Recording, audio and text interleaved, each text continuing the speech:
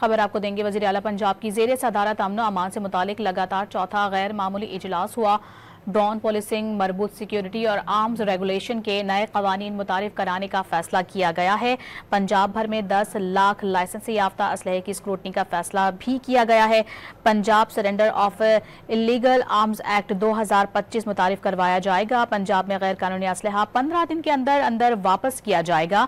पंजाब में लाइसेंस याफ्ता असलहे की मुकम्मल जाँच पड़ताल भी की जाएगी। मजीद आपको बताएं कि लाइसेंस याफ्ता असलहे के मालिक और जारी करने वाले की तस्दीक होगी। पंजाब की सरजमीन से असलहा और स्मगलिंग कल्चर का मुकम्मल खात्मा। ड्रोन पॉलिसिंग और नया मरबूत scrutiny and arms regulation system तैयार है। वज़ीर आला पंजाब की ज़ेर सदारत अमन व अमान से मुतालिक लगातार चौथा गैर मामूली इजलास हुआ, जिसमें ये अहम तरीन फैसले सामने आए हैं। इसी पर बात करेंगे। ब्यूरो चीफ मोहम्मद बिलाल हमारे साथ मौजूद हैं। बिलाल, बताइएगा मजीद और कौन कौन से अहम फैसले इसमें किए गए हैं?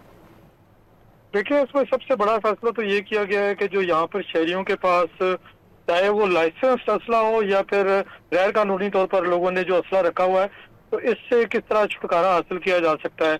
आज के इजलास में ये फैसला किया गया है कि जो नए कवानीन मुतारिफ कराए जाएंगे उसमें 15 दिन का जो है वो टाइम दिया जाएगा और 15 दिन के अंदर जिनके पास गैर कानूनी असला उन्होंने वो असला वापस करना होगा, जबकि 10 लाख से जायद जो लाइसेंस असला है उनकी भी बाकायदा स्क्रूटनी होगी और तमाम स्क्रूटनी के बाद ये असला जो है वो शहरी अपनी हिफाजत के लिए रख सकेंगे।